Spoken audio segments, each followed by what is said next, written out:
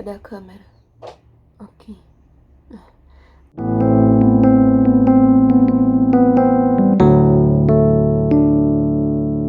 Oi pessoal, tudo bem? Bem-vindos a mais um vídeo deste canal Lendo com Cornélia. Se você é novo aqui, vai me seguir no Instagram, @Lendo com Cornélia, e se inscreve aqui, por favor. Hoje eu vou ver com vocês os gráficos que mostram o balanço do que eu li em 2021. Eu vou explicar cada gráfico pra vocês e comentar, assim, o que eu acho, se eu acho que tá bom, se eu quero mudar pra esse ano de 2022 e, enfim, vou me julgar mesmo.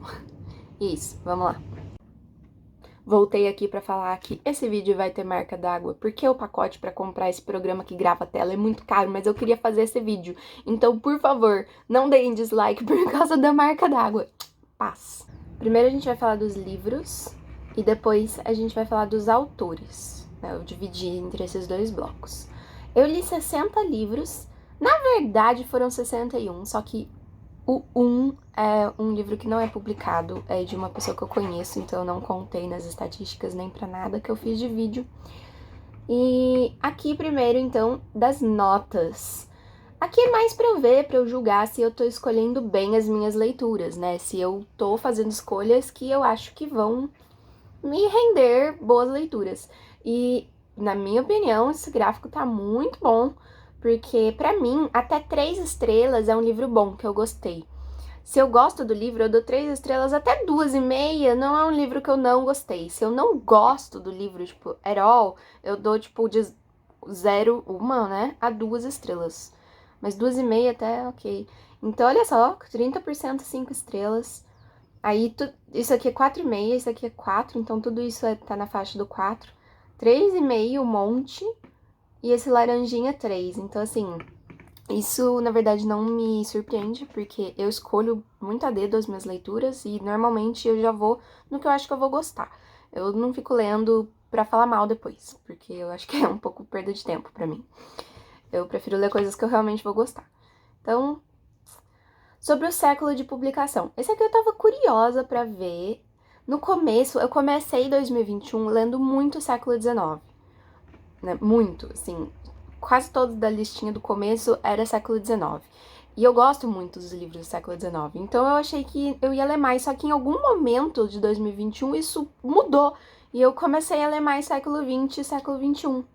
E aí no final o gráfico ficou assim, e é, assim, qualquer gráfico desse aqui, na verdade, eu ia achar bom, porque eu acho que a gente tem que ler livros de todas as épocas, na verdade. Claro que antes do século XIX é um pouco mais difícil de achar, né?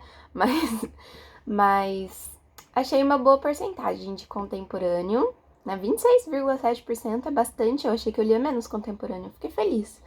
Século XIX foi menos do que eu achava, mas também fiquei feliz. E o século XX, que na verdade não me surpreende tanto, não. Que o século XX, ele é... Bom, são 100 anos, né? E ele é longo, ele é bem mais longo que o século XXI. Se a gente parar pra pensar que o século XX teve 100 anos e que o século XXI até agora só teve 21 anos, 20 anos, né, no ano passado, até que... Acho que se fosse considerar isso, eu até li mais século XXI, que legal. Não tinha parado pra pensar nisso, mas enfim. Esse aqui é o século de publicação das minhas leituras. O formato do livro. Eu achava que eu tinha lido muito mais livros digitais do que isso. Eu comecei a ler livros digitais em 2020, eu não li antes disso, porque eu achava que eu não ia me adaptar com o Kindle, mas era um ledo engano, então se você não lê livros digitais porque acha que não vai se adaptar com o Kindle, dê uma chance pro Kindle. E eu nem tenho o Kindle, o coiso, eu uso no meu tablet, então a luz nem é boa, e mesmo assim me adaptei. Mas assim, achei que eu tinha lido mais livros digitais. Teve um mês, uns 2 meses do ano passado, né, de 2021, que eu li muito livro digital, então acho que eu fiquei com essa impressão. Mas agora, pro fim do ano específico, eu só li livro físico, quase, porque eu fiquei esse segundo semestre lendo Guerra e Paz digital. E demorou muito, e eu sempre tava lendo ele no digital, e Guerra e Paz, no fim, conta como um livro só. Então acho que é por isso que essa estatística tá tão esquisita pra mim. Mas é bom que eu tenha lido livros físicos, porque a maioria é meu mesmo, e como vocês podem ver, eu tenho muitos livros e eu preciso zerar essa estante. Zerar não, né? Mas assim, É sempre uma meta de ler os livros que estão aqui, né? Porque senão fica aí só de enfeite e eu fico me sentindo mal por comprar mais. Enfim, para 2022 também espero que eu leia bastante livro físico que já tá aqui. Inclusive, na minha meta de 22 livros para 2022, assista, tá nos cards. Eu vou deixar aqui para vocês verem quais são as minhas leituras de 2022 já programadas. De gêneros textuais, gênero textual mesmo, tá? Não é tipo thriller, clássico. Não, isso eu não fiz. Porque eu não sei, é muito arbitrário pra mim. Eu fico confusa quando eu tento encaixar um livro em thriller ou clássico, e aí ficção histórica, ficção literária. Eu fico confusa. Então, não fiz. De gêneros textuais, é basicamente o que eu achava mesmo: romance, novela, é quase todos. E aí um de poesia, um de relatos, um de diário, um de teatro, um de HQ e acho que foram 7 contos. Aí aqui acabou. Então agora a gente vai dar uma olhada nos autores. Como eu disse, eu li 60 livros, mas eu li livros do mesmo autor. Por exemplo, eu li quase a obra inteira do Machado de Assis. Então, nos autores, eu não vou contar 60 autores, porque eu vou considerar só, claro, um Machado de Assis, mesmo que eu tenha lido mais livros dele. Isso aconteceu também com a Margaret Atwood, com o Ivan Turgenev, enfim, vamos lá. Spoiler. Então, vendo aí essa coisa de tirar os autores que eu li repetido, deu 49 autores diferentes. E aqui deu um gráfico meio... Não fico muito feliz com esse gráfico, sinceramente. Eu li mais homens do que mulheres. Tudo bem que foi pouca diferença até, foi 57% contra 43%. Mas mesmo assim me incomoda. Mas eu imaginava já, quando deu assim, agosto, eu já pensei, no final eu vou ter lido mais homens. Primeiro porque eu fiz desafios, eu me desafiei, eu fiz metas de ler mulheres, só que no meio do caminho eu fui decidindo, muito de última hora, assim, ler homens. Sei. E também teve o projeto de literatura russa, que eu li um livro por mês, se bem que eu deixei de ler alguns. E de todos os livros desse projeto de literatura russa, só um era escrito por mulher. Então isso também pesou um pouco. Enfim, vamos ver se em 2022 eu consigo mudar isso, mas, repito, pro meu estilo de leitura, que eu gosto muito de ler clássico, eu gosto de ler livros mais antigos, eu acho que não tá tão ruim. Então, as nacionalidades. Isso aqui é o que eu acho que é o que eu mais gosto de prestar atenção, mais divertido, assim, de ver no final o gráfico como que fica. Então, aqui o Brasil tá em primeiro, o que eu faço questão de manter todo ano. As nacionalidades não é os livros, tá? Não é dos 60 livros, é dos autores. Então, de 49 autores, eu li 12 brasileiros. E isso é bastante pra mim. Então, eu acho que a gente, como brasileiro, tem que saber reconhecer que a nossa literatura é sensacional. Nossa literatura não deve nada a nenhuma literatura do resto do mundo. Então, fico muito feliz de ter lido mais Brasil. Em segundo lugar, vem Inglaterra e Rússia. Eu não tinha me dado conta que eu tinha lido tanto Inglaterra assim. Tô aqui pensando quem que eu li da Inglaterra. Tô meio confusa, mas confio no gráfico. Rússia eu já esperava também, por causa do projeto dos russos. Estados Unidos, eu acho que eu leio menos Estados Unidos do que a maioria das pessoas, porque quem gosta mais de YA e fantasia acaba lendo mais. Mas mesmo assim é um número mais alto de Estados Unidos, que eu gostaria de que fosse mais baixo. Mas mesmo assim, 5 autores de 49 não acho tanta coisa, não. França vem em quarto lugar, com 4 autores. E o resto... Aí tem a Coreia do Sul com 2. E o resto, 1. Esses aqui pequenininhos, né? Se aqui é 2, aqui é 1. Olha eu lendo gráficos, gente. Eu sou muito boa em ler gráficos. Eu devia ser profissional. E eu gosto de ver, tipo, eu esqueci de fazer um gráfico com os continentes, né? Mas fico feliz porque tem aqui Cuba, né? Da América Latina tem Cuba e Chile, além do Brasil, claro. Aí em Europa tem a Inglaterra, a Rússia, que é média, né?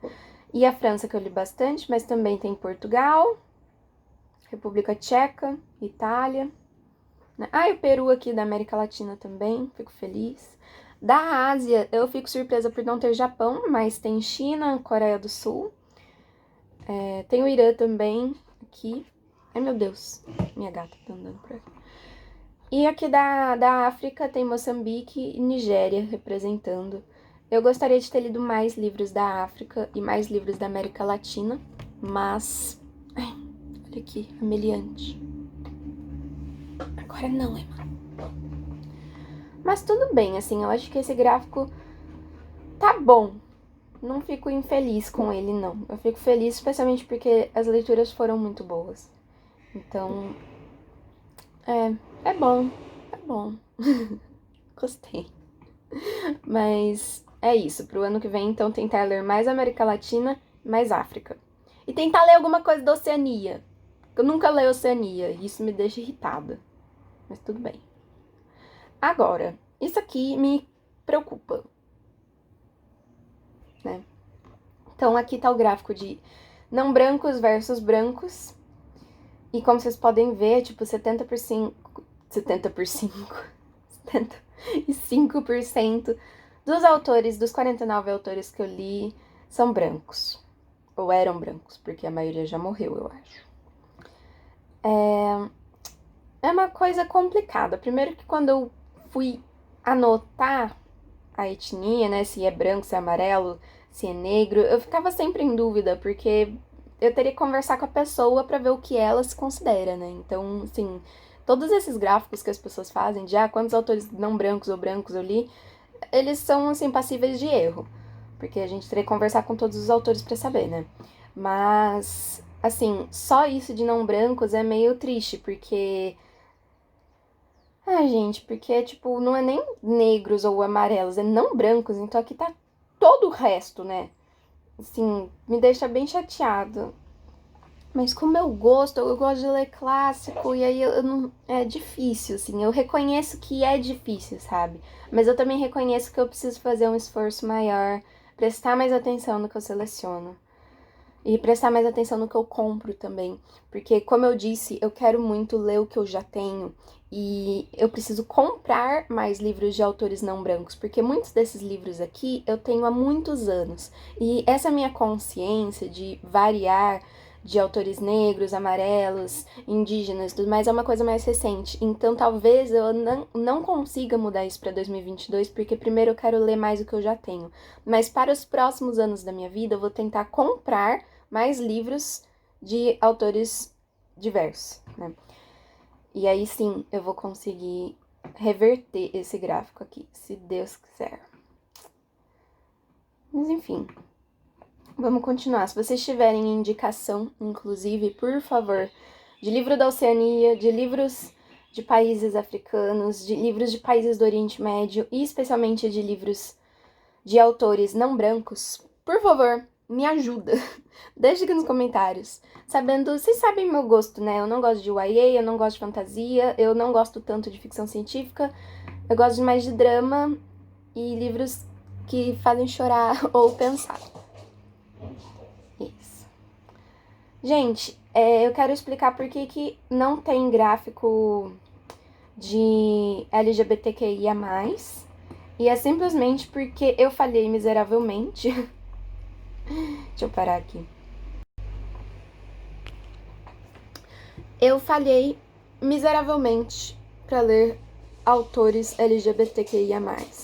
Eu presto atenção nisso muito mais se tem essa representatividade nos personagens. Mas, assim, talvez eu até tenha lido mais do que eu acho, mas eu não fiquei pesquisando cada autor pra ver. E eu não sou uma grande conhecedora da vida pessoal dos autores, assim, não sou. Então, eu realmente não sabia fazer esse gráfico. E mesmo se eu fizesse, ia ser um resultado bem desastroso, eu tenho certeza. Então, por favor, me indiquem aqui embaixo autores que vocês sabem que eu gostaria, de acordo com o meu gosto, que são LGBTQIA+. Eu já tenho alguns previstos para eu ler, em 2022, porque lá em junho, no mês do orgulho, eu percebi que isso já ia ser uma falha minha. Eu já comecei a pensar em 2022, em ler mais autores assim em 2022. Então, este é o ano para mudar isso. E eu tenho já alguns na estante, eu pretendo ler todos que eu tenho de LGBT na minha estante esse ano. E é isso. Eu acho que esse era o principal disclaimer que eu tinha que fazer sobre a minha maior falha. Eu acho que essa é a minha maior falha. E sobre não ficção e ficção, que algumas pessoas também colocam, eu não leio, assim, não leio ultimamente não ficção. Não tenho lido, porque não ficção não me tira tanto da realidade. E ultimamente, a.k.a.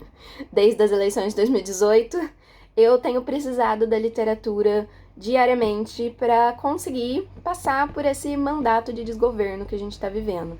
E a não ficção não me ajuda tanto.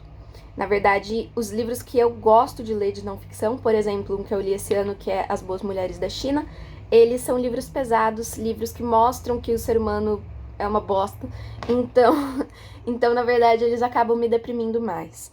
E eu não me considero psicologicamente estável por enquanto para ficar lendo não ficção, e eu preciso da ajuda da ficção para sobreviver a um Brasil doente. Então é isso. Mas não considero isso uma falha, é uma característica minha, não tá na minha época de ler não ficção, e eu não me incomodo com isso. Eu acho que a ficção é tão boa quanto a não ficção, na verdade. E é isso. Então, gente, muito obrigada por assistirem este vídeo até aqui. Deixem aqui, esse vídeo é o que mais precisa de comentário. Vocês precisam comentar pra me ajudar a tapar os meus buracos de falha, tá bom? Failure. Por favor, comenta, se inscreve e deixa o like. Deixa eu pegar a Cornélia pra falar tchau pra vocês. Isso não é a Cornélia. Isso é o Lucas, gente. O Lucas é a minha lhama, ele é gay. E ele é linda. Ela é linda, sei lá. Não sei como ele prefere ser chamado, mas é isso. Um beijo, fiquem na paz.